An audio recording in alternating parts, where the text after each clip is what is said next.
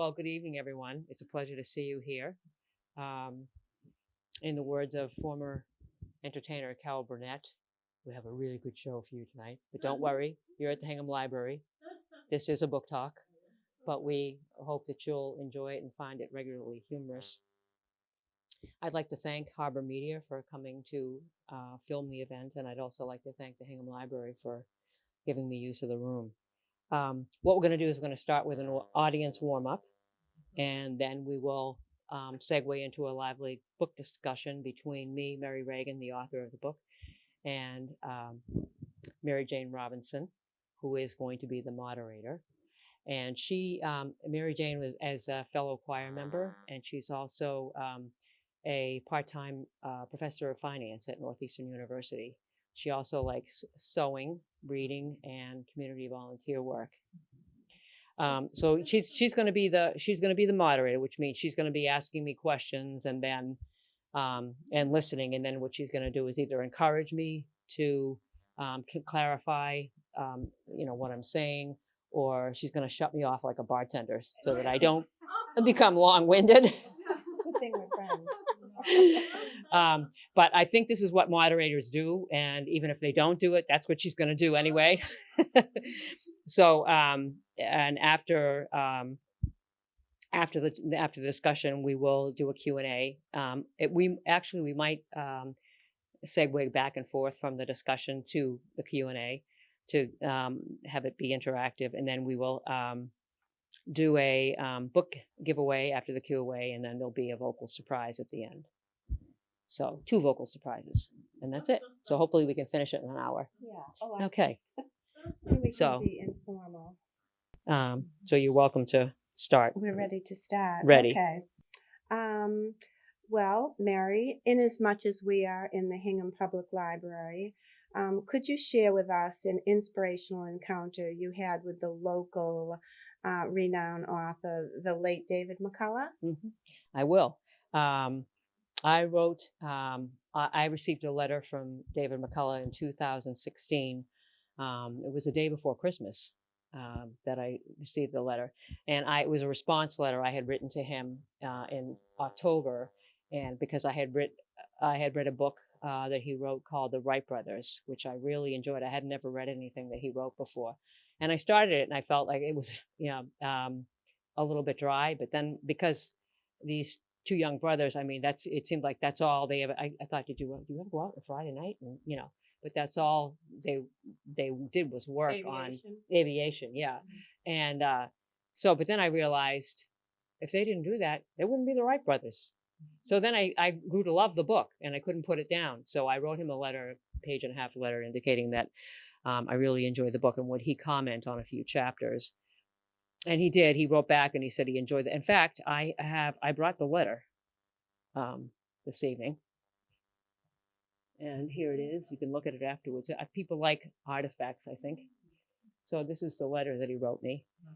And he said he encouraged me to finish it because he said, as a historian and a biographer and author, I depend upon the diaries and letters of people and biographies. And he said people aren't writing them anymore. So that piqued curiosity within me because I thought, well, how long has it been?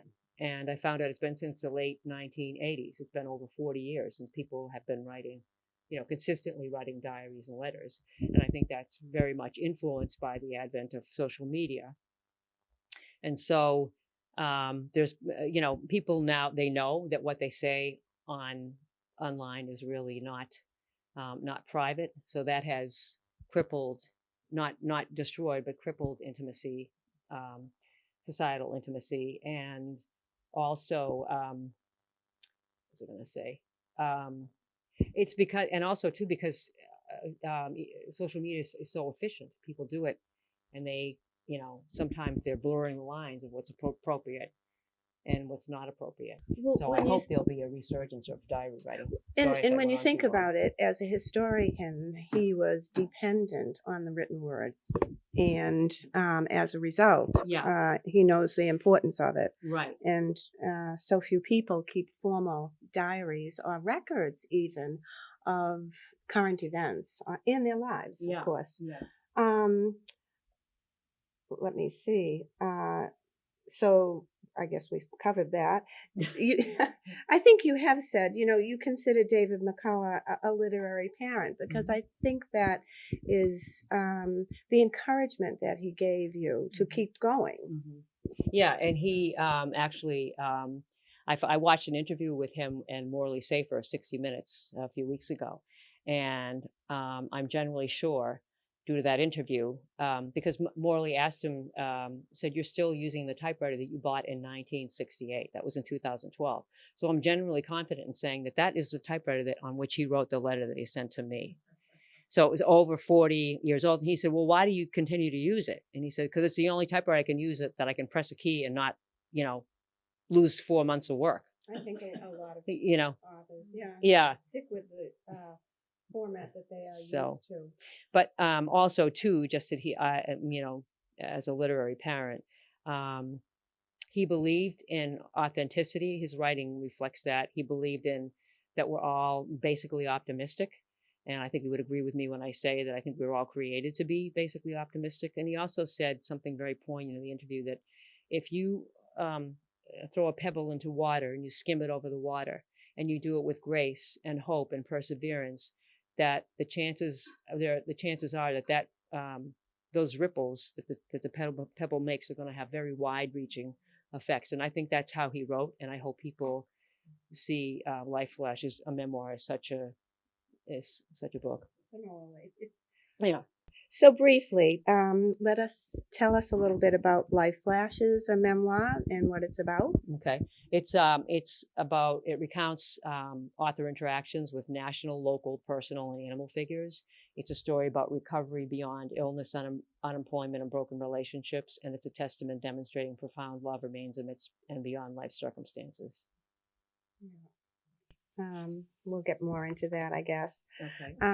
So when the book starts, I'd say you're in a very dark place, and you come across as having experienced a conversion over the course of the book. Would you comment about that? Sure.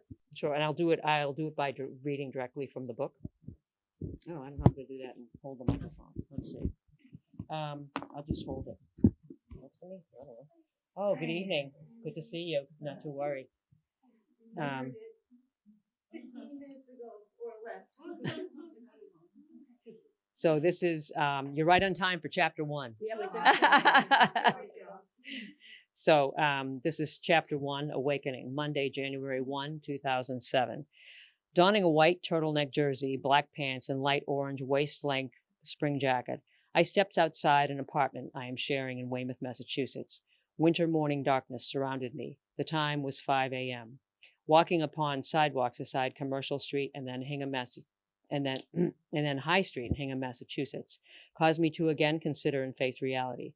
Having experienced many years of job dissatisfaction, having drifted from job to job, and having been socially isolated and financially unstable for many years, I was engulfed with emotion.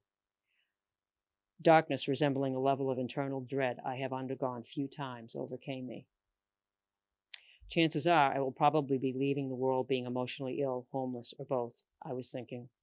Amidst facing overwhelming personal failure, I solemnly chose not to leave this world in a despondent state, while at the same time not knowing how to move beyond experiencing massive internal darkness. When one truly experiences mortal fear, there is no questioning divine existence or human and divine connection. None. I began praying.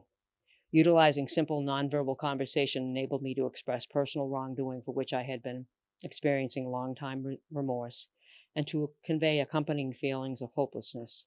Within seconds, a supernatural being emanating unimaginable love and hope, emerging through suddenly and naturally appearing spiritually intense, bright white light, surrounded me. I heard a non-human voice that I recognized as the voice of God, who said, "You were forgiven for these wrongdoings many years ago. You are forgiven for all the wrongdoings you have ever committed." Experiencing profound joy, humility, and gratitude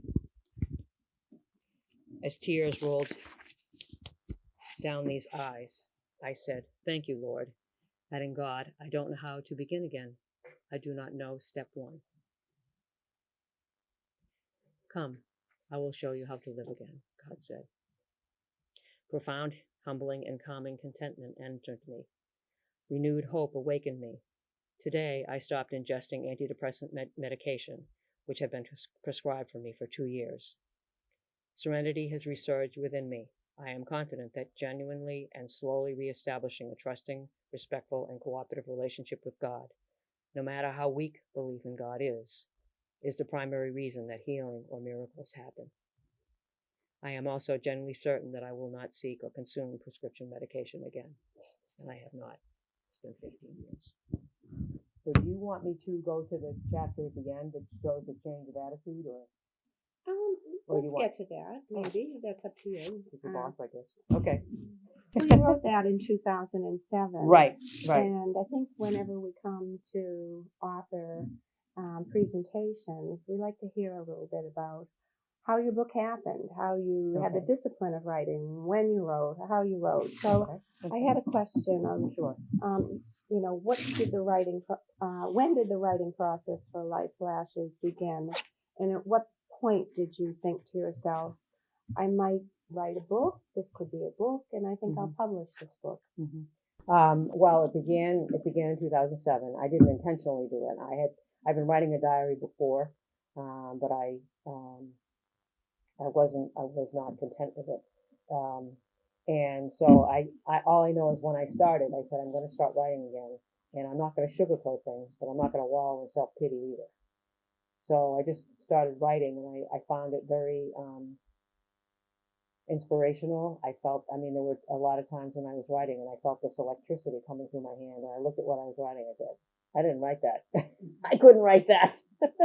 And I knew it was from God. I knew it was. And then I just felt it helped me. It really is. Somebody wisely said, one of the gifts of writing is that you get to look at your life all over again.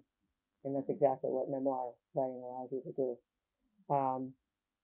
So then in 2010, I thought, this is a book. I think it's a book. So that was 3 years later. 3 years later, okay. Right. So I said, I think I'm going to publish it. Now, if I had known that it was going to be another 14 years before I would have started, God said to me, it's going to be another 11, 12 years before you do. I'd say, yeah, well, see you later. But I didn't know. And I think that's why I was not informed, because it was willed that I persevere with it. And I'm glad I did. So.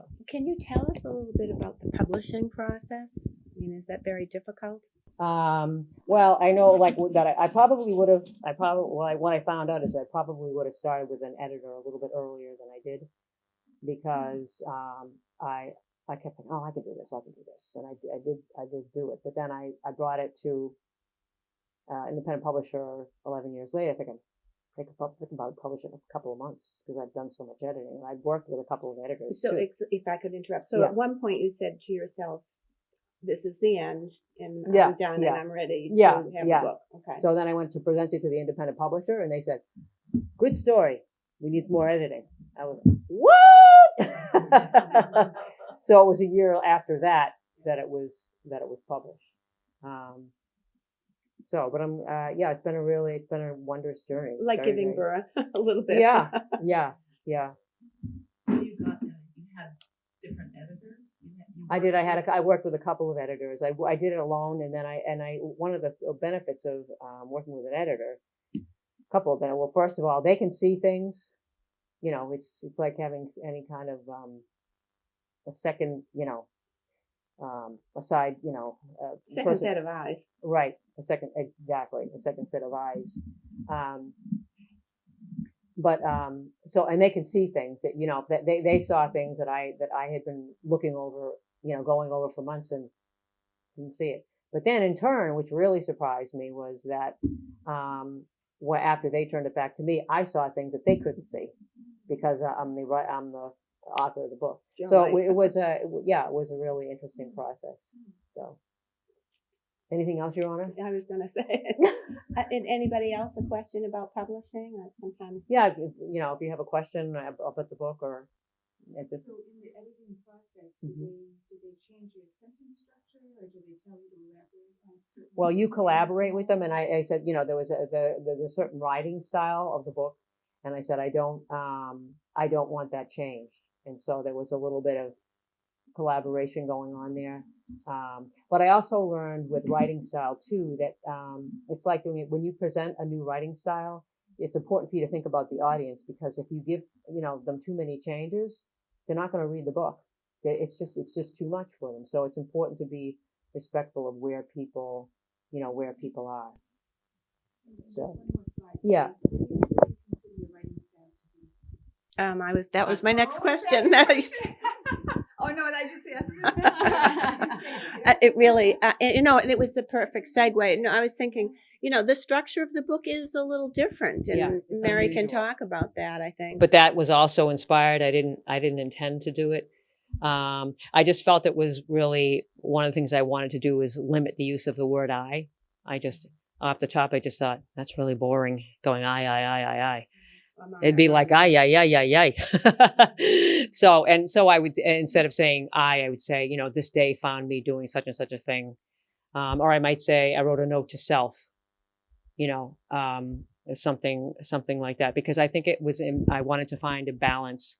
I think that when a writer is repeatedly focused on self, it delays connection. It delays the growth of the writer, and it also delays connection with the reader. Another thing that I did was I did not use. Sometimes I didn't use prepositions. For example, I would say, we purchased store-bought groceries, instead of saying we brought home groceries we bought at the store. So by eliminating the preposition, what happens is there's when you do that, there's actually a chemical reaction that goes on in your brain, and your brain connects it without having the preposition there. And I just found that really exciting, and I wanted to pass that. I wanted to pass that along to reader. You don't have to have everything all fully connected. We can do it. So that's. It's something you get used to as you read through. Yeah, it feels unusual at first. It's interesting. I found it very interesting, and I grew to like it very much. Yeah. Yeah. I'm sorry. Oh, please. So what is it that you don't have? I don't always use prepositions. Possessive. Or possessive. Thank you. That was the other thing. I wanted to create a balance. I wanted to encourage the reader in the thinking that life is not essentially about possession of person, places, or things. And in doing so, if you move away from that, not totally away, because there is a level of healthy possession in any relationship, but if it becomes too possessive, then it again delays growth of the writer, and then it delays growth of the reader. So, and then the other thing that I did that was unusual, like for example, possessives. Instead of saying my car, I'd say the car I drive.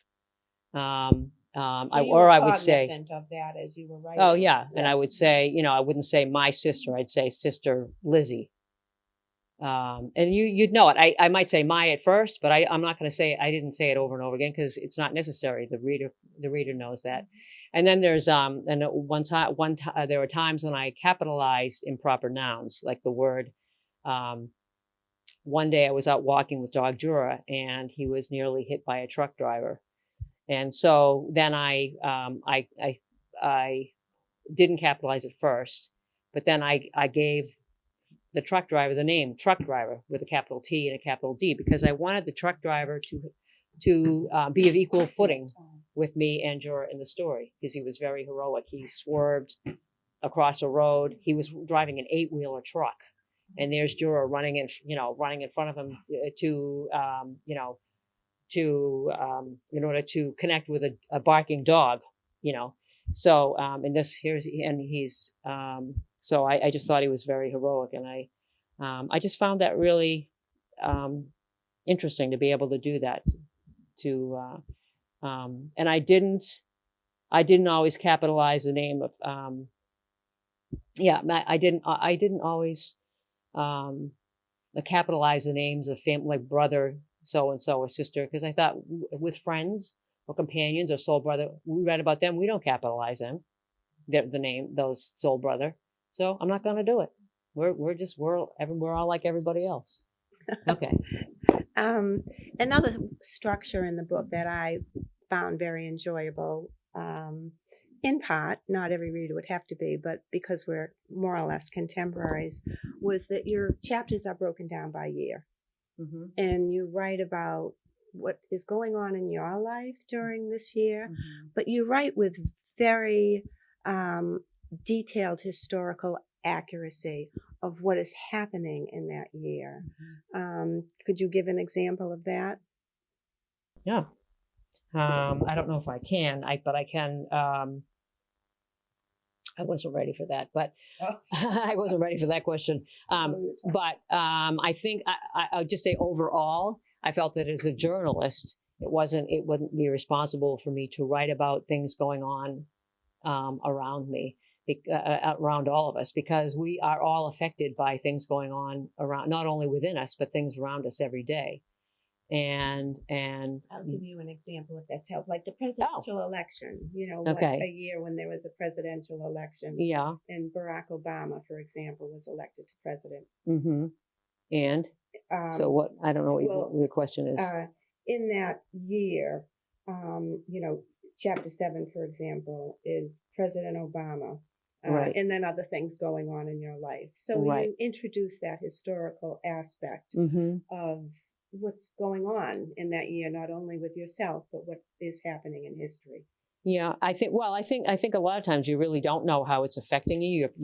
You want to be, you don't always know how it's affecting you right away, but it's important that you do recognize that it's happening, and then move forward with it.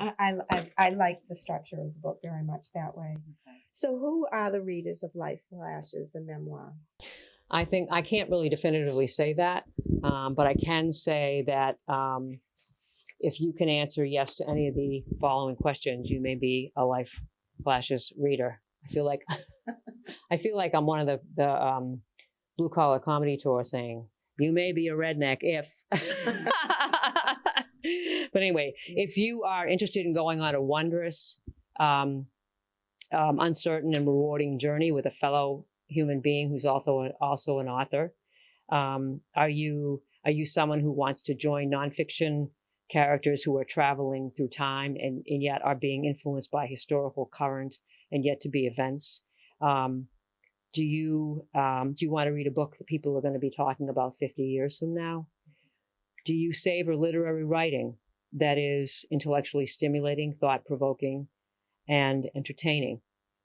Do you desire to explore diverse subject matters presented in a relatable, engaging, and regularly humorous manner? Do you want to remain grounded in life perspectives and at the same time discover new visions? If you can answer a yes to any of these questions, you might be a Life Flashes, a memoir reader. Very good. Okay. And I think I had written down here, reading Life Flashes can teach a lot about life regardless of age and background, because you write in such a way that allows the reader to feel as if they are right there with you. And that's a lot of how I felt as I went through the increments of Marrie's book and what was happening in her life then. And, you relate of what was happening in my life then. And it did make me think that I wish I had written down more about things that were happening. So relative to that, what has writing Life Flashes taught you about life? Well, I think that was, part of the reason that I was ill in the very beginning is that I was thinking, well, life is about, I said, in the book, I said, Lord, this doesn't look good. I'm not in a relationship. I'm not financially stable. I don't own a home. There's something wrong with me. And God said, life isn't about how you look. It's about who you are inside amidst continually changing circumstances. At 2007, I was like, okay, good. So I didn't fully, I was just beginning to, happiness is fleeting. Happiness is fleeting. I bought a new car. I met someone new. Found a new job. But contentment is something that only faith can teach you. And I learned, it taught me what really true contentment is. And it doesn't, it's enough to be at peace, to enjoy each day, to put one foot in front of the other. And it also too, I don't experience the highs and lows of mood that I used to, because I know that in every success, there's failure. In every failure, there's something of success. So the only reason I was thinking that before is because, my life will be better when this happens. No such thing. Mm-hmm. If you're not content with where you are in life now, when you go to that place that you think is better, you won't be content then either. Yeah. It comes out in the book, and that's a beautiful part of the book that I found when reading it. I don't have this question. I didn't prepare you for it, but you mentioned Jara, so maybe you can just tell us, Jara, a little bit about. You know what I would like to do is to read a long-term relationship with a dog. She loves her back. I would like to read to you about a miracle that happened. There are lots of miracles in the book, but this one is quite. I don't know if I believed in miracles then the way I do now on this day, but I'll read it to you.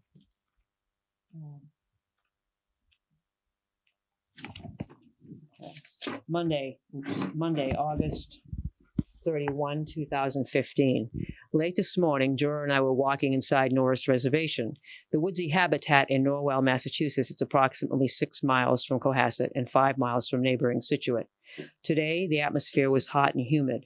The temperature was nearly 90 degrees. Foot traffic here was minimal. Jura and I entered a section of Norris Reservation woods abutting the North River, which is located approximately 1 mile from the entrance of the reservation. This morning, North River was showing noticeable current. Observing this was not alarming, as Jura, having on previous occasions entered the water body, had negotiated the river current with relative ease. Today, when he entered the river, rapidly flowing waters quickly and firmly grasped him as I watched and became stupefied. Unable to fight the quickly moving current, Jura was steadily moving away from me.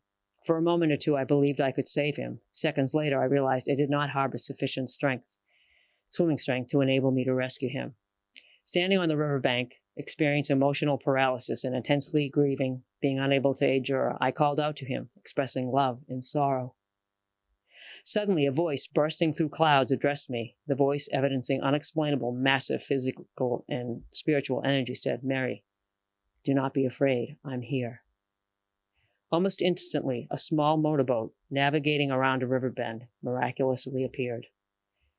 2 people were seated inside the craft. A man seated in the bow section was guiding the boat, using the handle of an outboard motor secured to the boat. A woman seated in the midsection of the boat was talking with him. She was probably giving him additional direction about possible ways to continue moving the boat through the restless waters. Seeing me, the woman hollered, "Do you want help?" "Yes," I urgently responded. The boat then continued moving down the river past Jura, leaving me with resurging feelings of confusion and abandonment. Seconds later, the woman called out to me again, saying, "Do you want help?" "Yes," I replied again beseechingly. At the time, I did not realize the boaters had probably been strategizing a rescue method and had surmised that pulling a water-soaked dog weighing over 70 pounds into a small craft would probably have caused the boat to capsize. It's good and possible that they wanted to avoid running into Jura. Steering the motorboat toward Jura, the male guardian angel sidled the small craft beside Jura and then headed the motorboat toward shore. Moments later, waterlogged and exhausted Jura walked unsteadily onto land. The female guardian angel in the boat threw a filled plastic water bottle toward me. She indicated that drenched and fatigued Jura might be thirsty. Hugging Jura and kissing him on the nose found me being grateful that cool water had soaked the body of Jura on this hot and humid day. As Jura and I slowly returned to the reservation parking lot, I momentarily became distracted. Regaining focus found me realizing Jura was again missing. While searching for him, I discovered a mother with her 3 young children. All were strolling near me in Norris Reservation. advised that juror was missing. The kind, cooperative, and respectful people insisted on helping me look for juror. 15 minutes later, we found him. He was standing in the reservation parking lot beside the SUV in which we had arrived there.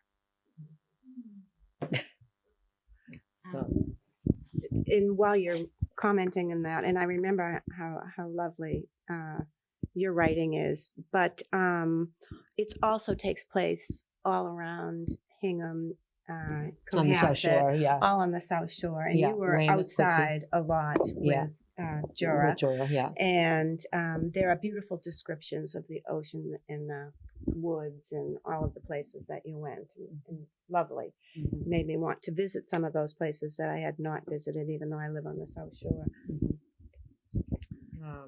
So, any questions from the audience? Oh, thank you. Yeah, I know. Isn't that amazing? I mean, oh, to this day, it gives me chills. Yeah, yeah. Oh, good. Oh, good. Good. That I don't know. That's a good question. I'm gonna. I wanted to ask that question, and I. Oh, now twice you've been. No. I always think. Go ahead. Yeah. You answer.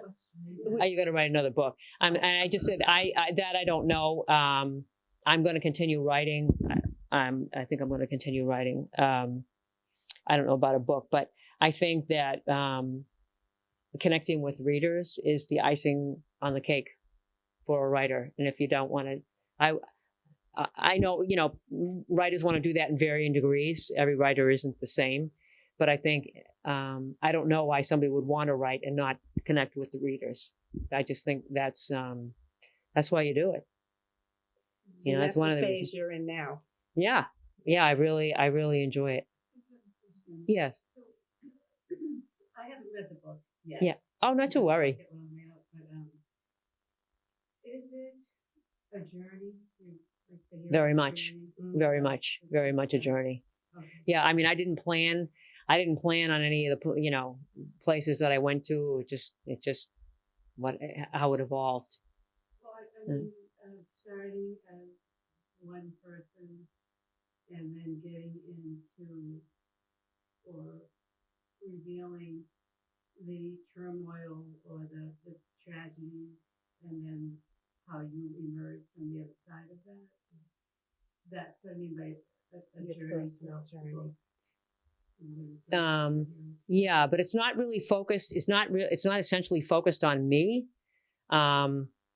What it is, it's really, it was an opportunity writing the book. Good question. It was an opportunity for me to look back, look at the present, and also look back and see all these people, hundreds of people that have been with me all throughout life, even if they're, there's, for example, David McCullough, I met him one time for 5 minutes, and he wrote me that letter. I met him after he wrote me the letter. But when he died last August, I found I did something that 3 weeks later, I did something that I also did after both my parents died a while after. So I drove to the house in which he lived in Hingham, and I sat outside the house in the car for a little bit, and I thought, I'm not ever going to see you again, which is exactly what I did a while after both my parents died. I drove by the house one day, and I saw that there were people living there. There was a swing set and a big screen TV in the living room. I said, "Oh, I know, live there." And so, so I pulled over to the side of the road the same way I did with David McCullough, and I just felt a voice, God saying to me, "You're looking for these people in the wrong place. They're in your heart. They're in your soul. Go on." And I did. It's really nice. Oh, thank you. Yeah. The piece is missing. Yeah. It's a memoir, and I haven't read a memoir in quite a while. Yeah, So, I know, because people aren't writing them. is that That's why they're not writing them the way they did in times past. So hopefully there'll be more in diary form, because I think the diary form helped me to focus on what was going on within me, heart and soul. In the actual act of writing, I mean, that's what you mean by diarying, but the actual act of writing, I think,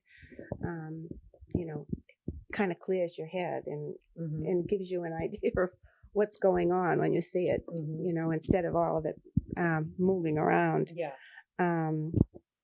Yeah. Did you want to ask me another question? Or does that How was it to finish the book? Did you find it difficult to? Yes, it's like having a child. It's like bearing a child, and then all of a sudden you realize it's, you're letting it go. ready to go. You're letting it go. Yeah, there's pains, there's like labor pains, and then there's pangs with editors who want to do something that you might not want them to do, but it's part of the journey. Yeah. What do you like to read? What do I like to read? Well, actually, I brought something. I brought a couple of things, actually. Well, I don't know. Maybe I should pick the second one. Maybe I'm not. I like to read. Actually, I've read a couple of books that I didn't think I'd ever read. One of them was called Beneath Scarlet Sky. And it was written by Mark Sullivan. The author's name is Mark Sullivan. And he wrote about a young boy who, at the tender age of 17, was helping Jewish people who were living in Italy escape to Switzerland. He was going over the Alps with them in the middle of the night. So I thought about what I was doing when I was 17, and it doesn't come anywhere close to that. But it was a beautiful book. And one of I really loved what it was written at the end of it.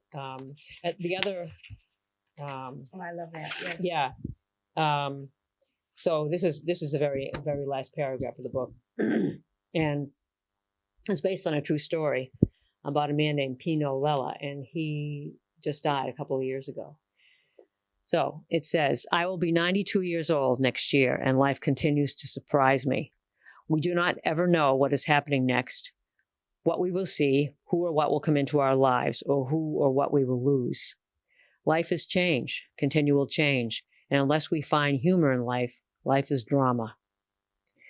But after everything, even when skies turn scarlet and threatening, it is good for us to give thanks for the miracle of every moment of every day, no matter how flawed, and it is good for us to demonstrate faith in God and the universe, and in an enlightened tomorrow, even when faith is weak."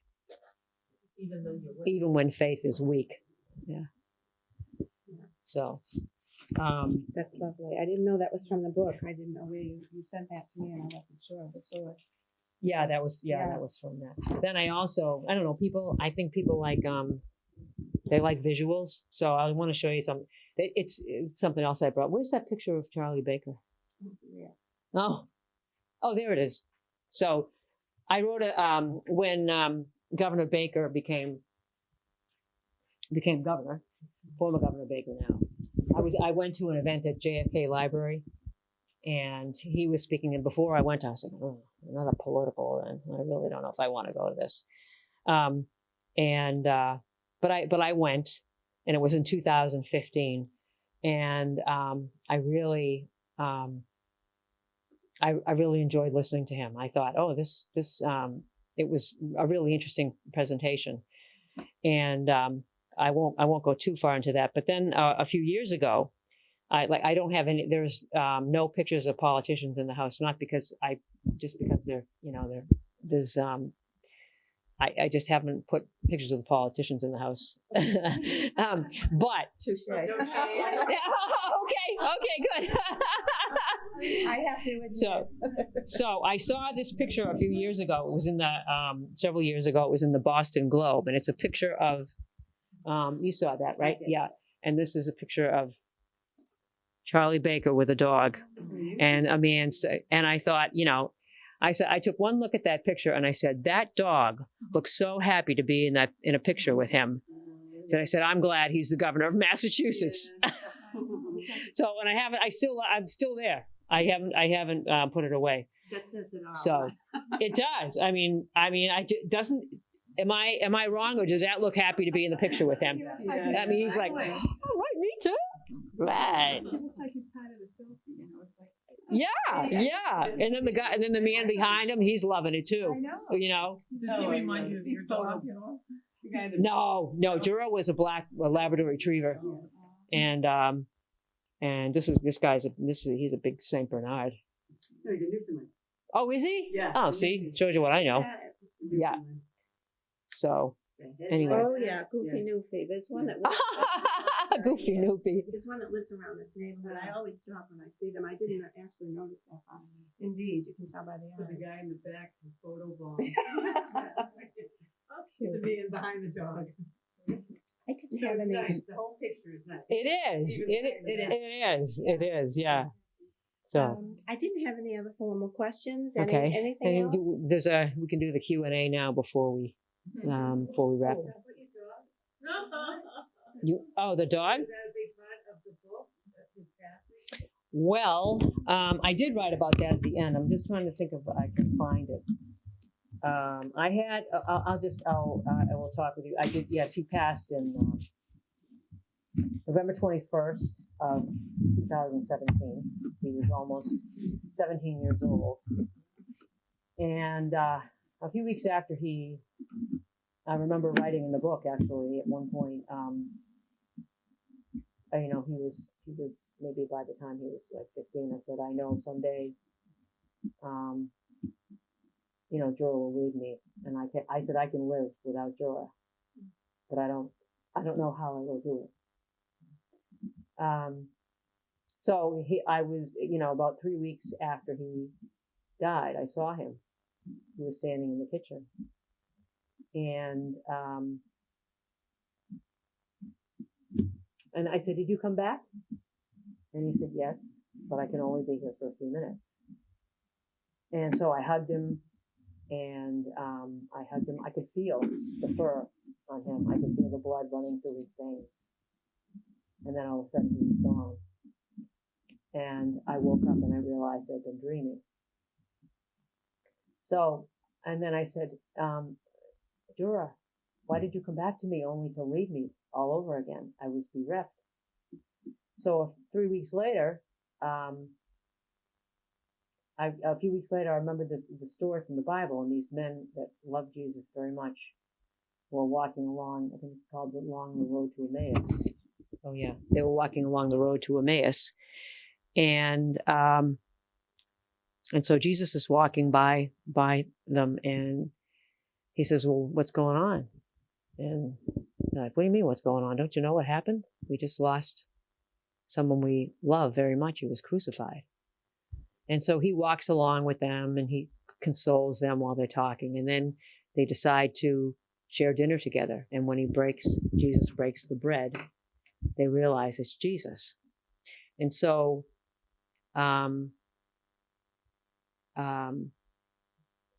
what it helped me to realize is that when I saw Jorah in the dream, I didn't see a ghost. I felt, this is what they mean when a person has been, the resurrection is that I felt the fur on him. It wasn't, some thing, I could feel his body. I could feel his, and so I knew that, I don't know, that. It must have been comforting.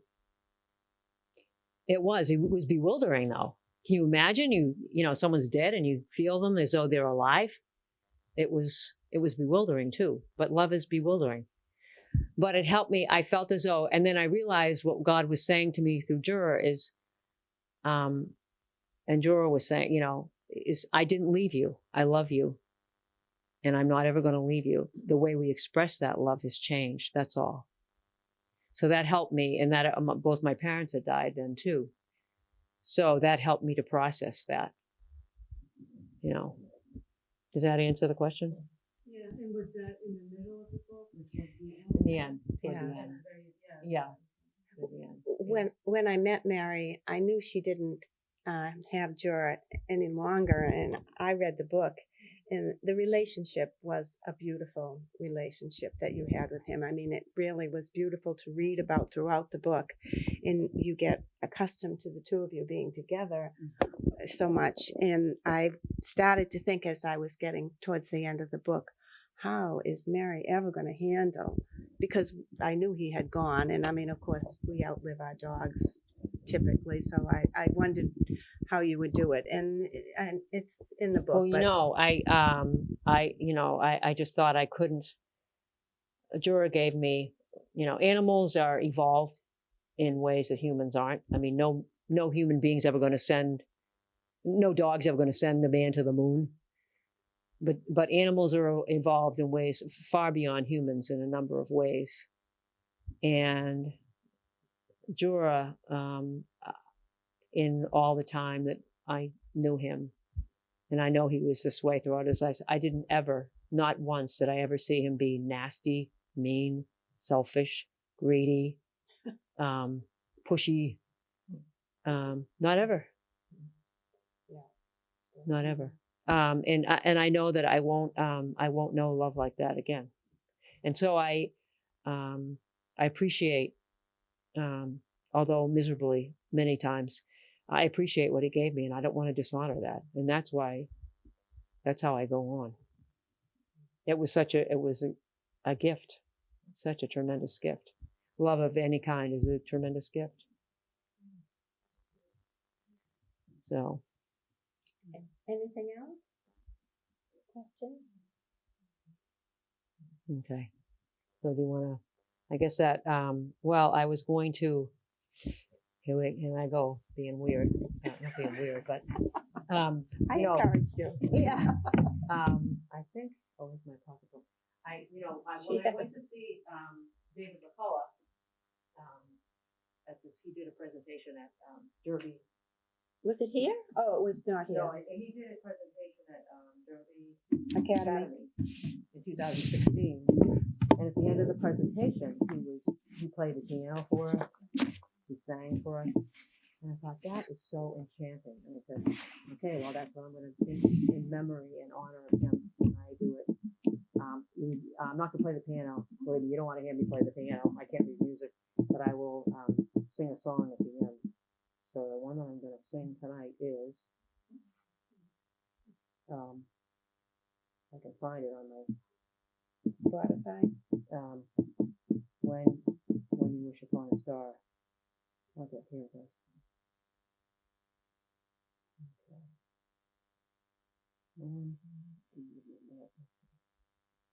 Hopefully my voice won't crack. Oops.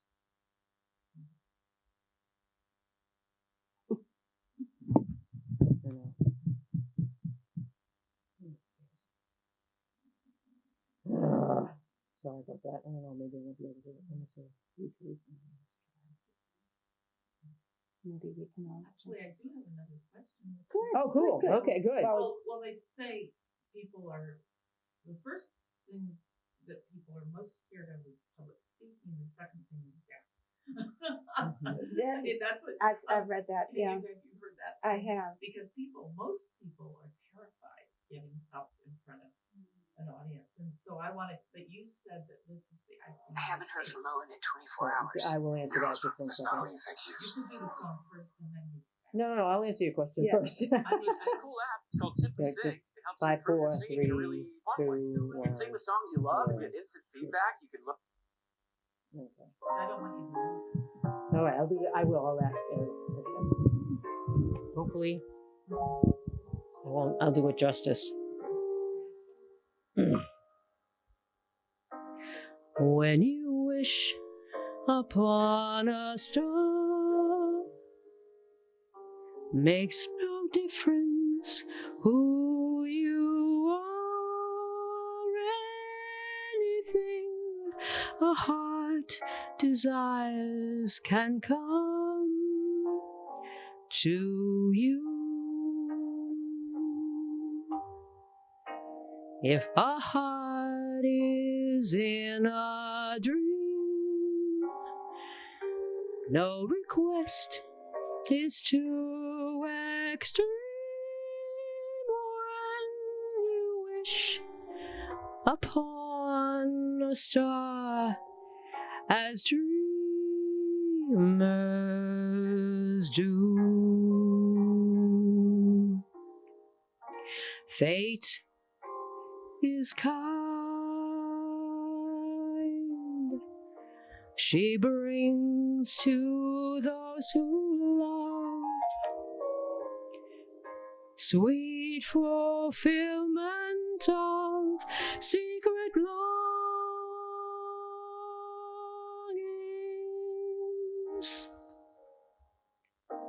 Like a bolt out of the blue, love steps in and sees us through. When you wish upon a star, dreams come true.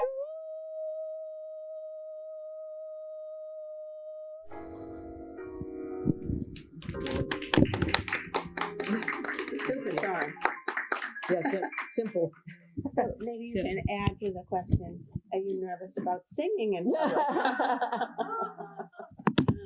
Well, that brings up a good, one of the things that I think you asked me in another interview was you said, how did you, how were you able to go forward after your the spiritual experience in the beginning? And one of the things that I found was that,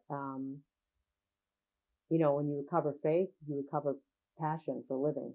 Yeah. And passion's a very powerful painkiller. And so,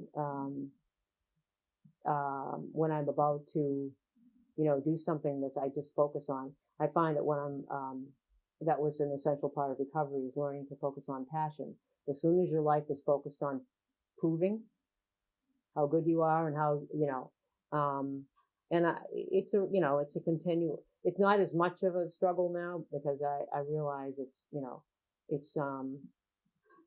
a waste of time trying to prove who you are. It's not satisfying and it doesn't accomplish anything. It just helps you go back. But I just think about how much when I do anything now, I think about how much I enjoy it. And I hope that I like when when you connect with another person, and no matter what activity you're doing, when you see that you've touched them or moved them in some way, you can't put a price on that. That's why we all do what we do. So. And I think if I can interject, part of your question was if you write a book, you've got to promote your book and get up and speak about your Or book. you don't have to, but you. Right. You Well, really that was one of enjoy the. I'm glad you brought that up because when it first came out, I thought, well, it's really the writing's very strong. I think it'll sell, right away. Mm-hmm. And it didn't sell, and I was like, why? And because the reason is nobody knows it's there. I don't have a following. I'm not a famous person. Right. I don't. And so, I found that it's important for you to. So this is another aspect of it that I'm learning about. But I also know that I'm limited to do it. So I have.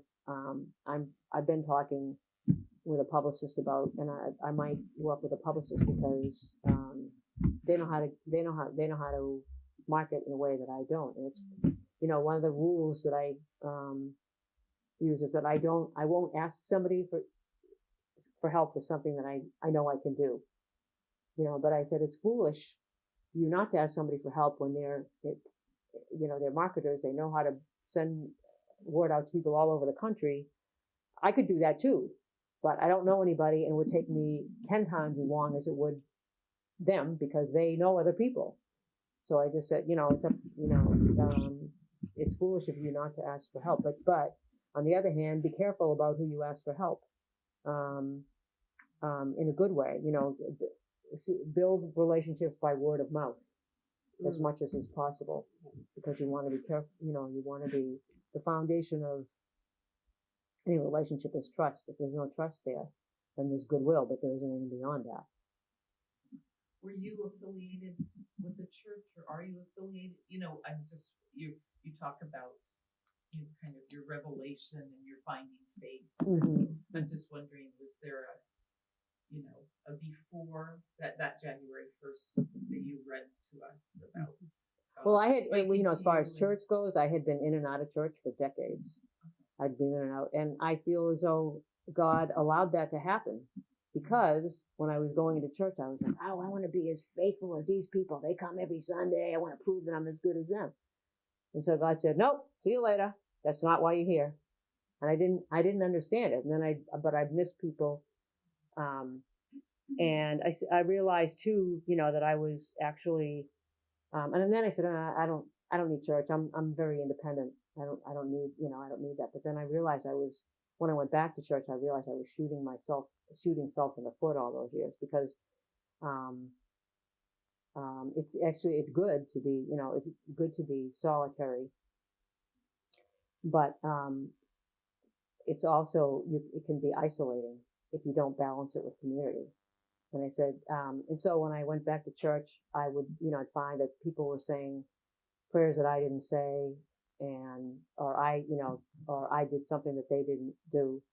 And what I realized in the beauty, they didn't care. But, so that was really, that was a revelation to me, that they, you know, that's the beauty of community. And if you don't go to church, you're not going to find that.